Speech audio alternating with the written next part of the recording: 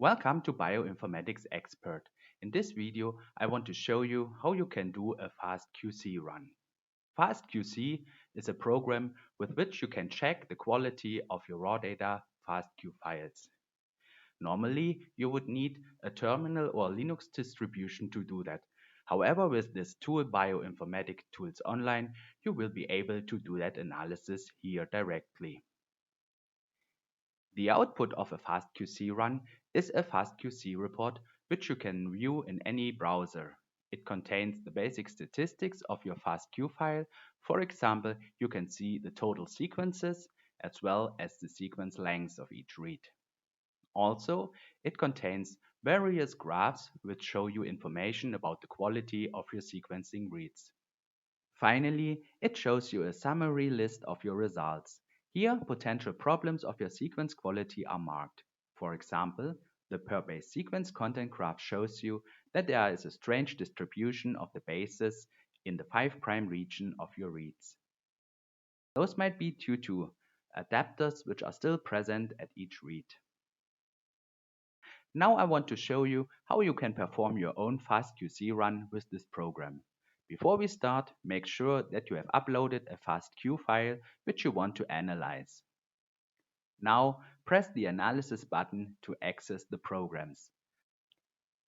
Look in the table for FastQC and press the button to access the Analysis Preparation window.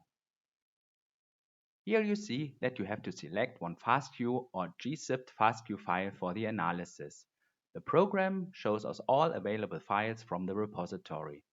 Just select the one which we want to analyze and press the Continue button to continue. Now we are on the main page of the tool. Here we can see which parameters can be set. In the case of FastQC, it's only the input value, which is the file name of our file. We see also which output files will be created, and we see which prompt will be executed. We start the analysis by pressing this button. The analysis will start now automatically.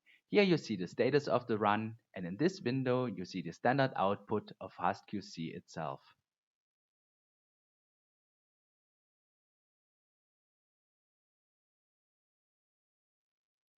After FastQC has finished, the output files are transferred to the file repository. One of the main features of Bioinformatic Tools Online is that the programs are present in various program versions. This is because Bioinformatics.Expert wants to give you the chance to perform reproducible bioinformatic data analysis. If you, for example, have analyzed a data set with an older program version, you should be able to also do this analysis here. I suggest that we now run FastQC in the program versions which are provided here, and at the end compare the results to see if there are any differences. Okay, let's start FastQC version 0.11.8.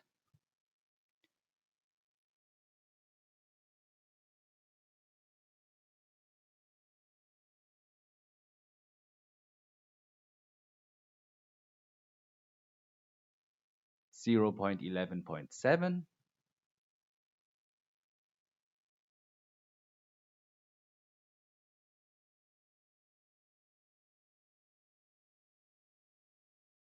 0.11.6,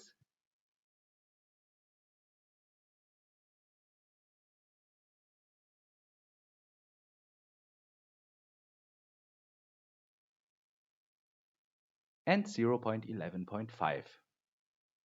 As you see, you can start easily various analyses together. However, the program now will run them subsequently. We can inspect the analysis by clicking on the status button. Here we see that 3 out of the 5 analyses are already finished. We can now leave the page and come back later, or we can wait here until all analyses have finished. Let's skip the waiting time for now. When we go to the data repository, we see that each run created output files.